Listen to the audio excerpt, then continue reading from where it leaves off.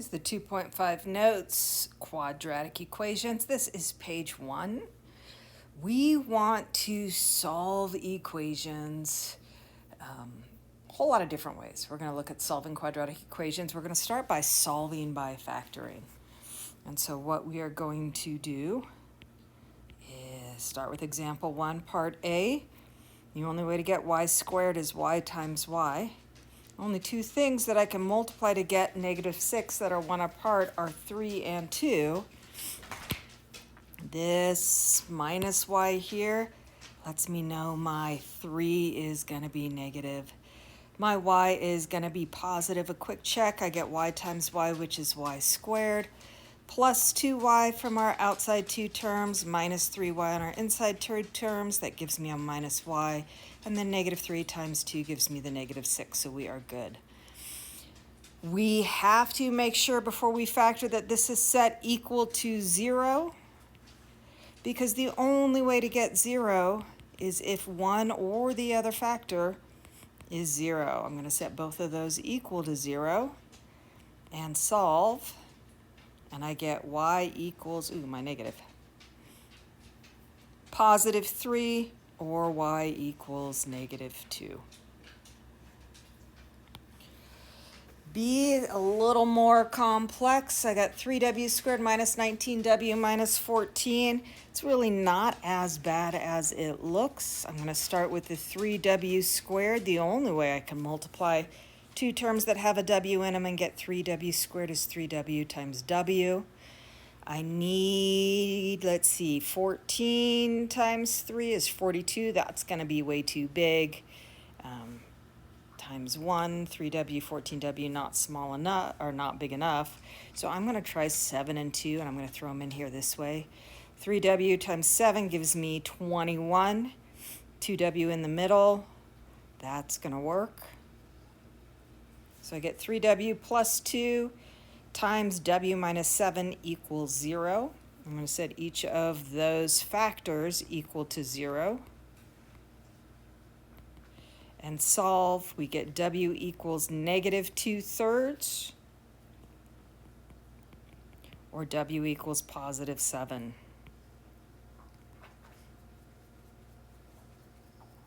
It is a second degree equation. We would expect there to be two solutions. Let's see if I can fix this a little. We have two solutions. Example 2 looks a little different. It doesn't look like a quadratic. This is something we're going to start calling quadratic-like. Notice that my middle term is the square root of x. My first term is an x, which is the square of the square root of x. So here's what I'm going to do. I'm going to rewrite this just so it looks the way I want it to. Then when I square both sides, I can rewrite this with a couple of substitutions. So I called square root of x w. I called x w squared. And now it looks exactly like example 1a, except we've got w's in here instead of y's. And I can solve here, w equals 3, w equals -2, but we really want to remember that w is actually the square root of x.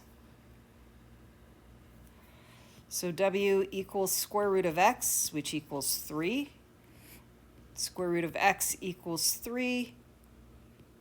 And x has to equal 9. We square both sides here to solve. On our other side, I get w equals square root of x equals -2. There is nothing that satisfies this. The square root is always going to be a positive. So this does not work. We have one solution, which is x equals 9. You definitely want to keep track of what it is you are solving for. I replaced with a w, But ultimately, we want to figure out what x is. And so I've got to make sure that I substitute back in for that original x. So let's take a look at example 3 and see if we can use that substitution to rewrite this one. I'm going to change the color just in case I bleed in there. So I'm going to let y equal square root of x plus 1. And that means y squared would equal x plus 1. And so I am going to solve for x here, and I get x equals y squared minus 1. And that's what I'm going to substitute in for x. So let's see if we can add some colors here. My y equals square root of x plus 1. That's right here. So I got minus y.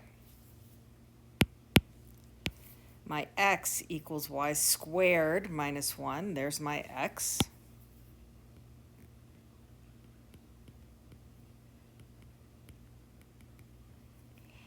I get y squared minus y minus 1 minus 5 minus 6. I'm seeing a recurring theme here. Y minus 3, y plus 2. So y equals 3.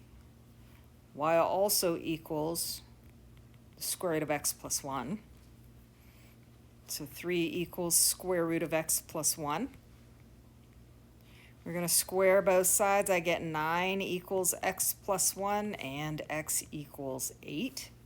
And I think I'm going to have the same problem over here that we had before. Y equals negative 2. Y also is the square root of x plus 1.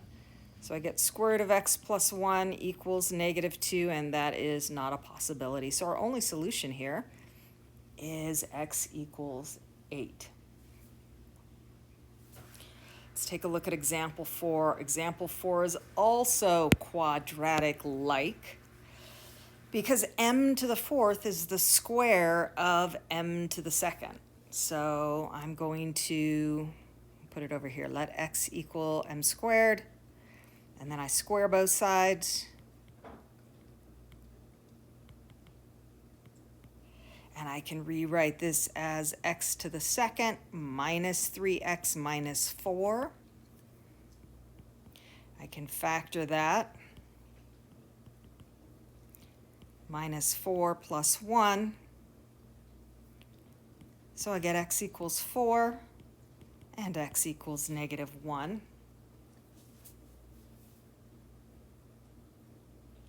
X, though, is really m squared, and so we're going to use this little piece up here to solve for m. So x equals 4 is m squared. Square root both sides. I get m equals plus or minus 2.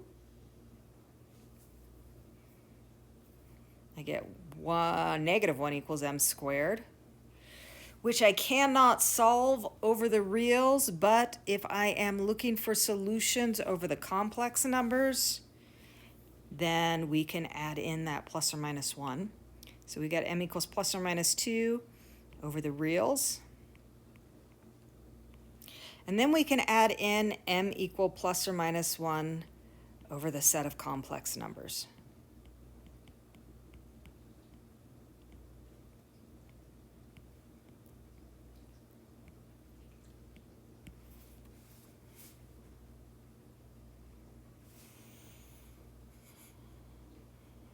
Typically, if they don't say we're solving over the set of complex numbers, we are assuming that we are just over the rails. So our solutions up here would just be this m equals plus or minus 2, unless you get something else. Example 5, also quadratic-like. You know, we've got this x minus 3 here. We also have x minus 3 quantity squared. So we are going to let y equal x minus 3. This becomes y squared minus 3y minus 4. This we just factored right above. We get y equals 4 or y equals -1. And up here we know y equals x minus 3.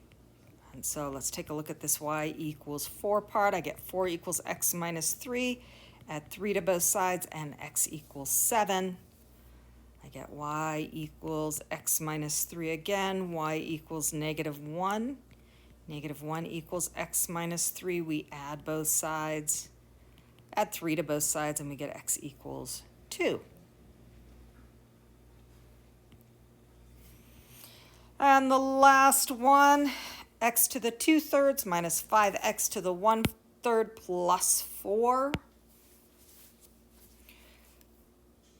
So this time I'm going to let y equal x to the 1/3. Because then when I square both sides, I get y squared equals x to the 2/3. So I got y squared minus 5y plus 4 equals 0. Y and y, 4 and 1. I get y equals 1 and y equals 4. Keep in mind y is really x to the 1/3. So I can cube both sides. I get x equals 1. I also get x to the 1/3 equals 4. And we're going to cube both sides and get x equals 64.